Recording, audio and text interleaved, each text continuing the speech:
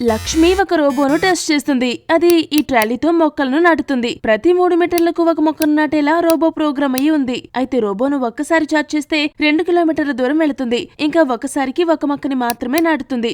మొదటి మొక్కను వేయడానికి రోబో 20 మీటర్లు వెళుతుంది. మొదటి మొక్కను నాటడానికి రోబో 20 మీటర్లు వెళ్లి రెండవ మొక్కను తీసుకురావడానికి 20 మీటర్లు తిరిగి వస్తుంది. మళ్ళీ 20 + 3 మీటర్లు వెళ్లి మొక్కను నాటి 3 + 20 మీటర్లు తిరిగి వస్తుంది. అదేవిధంగా మూడవ మొక్క కోసం 26 + 26 మీటర్లు వెళుతుంది. ఇలా అయితే రోబో ఎన్ని మొక్కలు నాటగలదు? సరిగ్గా గమనిస్తే ఈ టర్మ్స్ అన్ని అర్థమెటిక్ ప్రోగ్రెషన్ ఫామ్ లో ఉన్నాయి. ఇందులో ఫస్ట్ టర్మ్ 40, ఇంకా కామన్ డిఫరెన్స్ 6. ఈ వాల్యూస్ ని అర్థమెటిక్ ప్రోగ్రెషన్ సమ్ ఫార్ములాలో పెట్టి టోటల్ డిస్టెన్స్ 2 కిలోమీటర్లు అనుకుంటే n వాల్యూ ఎంత వస్తుందో అన్ని మొక్కలు నాటుతుంది.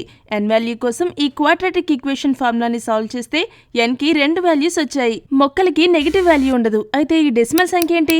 ఇంకా ఇప్పుడు ఎన్ని మొక్కలు నాటుతుంది? ఈ వాల్యూ ప్రకారం 20 మొక్కలు నాటుతుంది. 21వ మొక్కకి ఛార్జింగ్ అయిపోతుంది.